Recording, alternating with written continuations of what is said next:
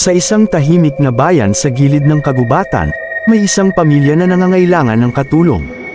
Isang araw, dumating si Elena, isang magandang dalaga na nag-aalok ng kanyang serbisyo. Sa simula, tila walang kamalian si Elena, mahusay siyang magluto, maalaga sa mga bata, at masipag sa kanyang trabaho. Ngunit sa likod ng kanyang mabuting asal, may isang lihim si Elena na tanging ang mga nanginginig na katawan ang nakapansin. Sa madaling panahon, nagsimula ang mga kakaibang pangyayari sa bahay. Nawawalang mga alagang hayop, may mga nakakatakot na huni sa gabi, at naglalaho ang ilang mga gamit sa hindi maipaliwanag na paraan. Napagtanto ng pamilya na si Elena ay hindi tulad ng anumang karaniwang katulong.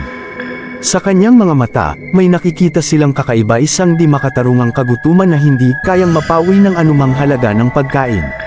Sa kabila ng kanilang takot, nagpasya ang pamilya na harapin si Elena. Ngunit bago pa man nila magawa ito, isang gabing malakas ang ulan, bigla na lamang nawala si Elena, at hindi na siya kailanman nagbalik. Hanggang sa ngayon, ang kwento ng aswang na katulong ay nagpapahiwatig ng babala sa lahat na minsan, ang mabuti at mabait na anyo ay maaaring magtago ng isang kadiliman na dapat nating bantayan.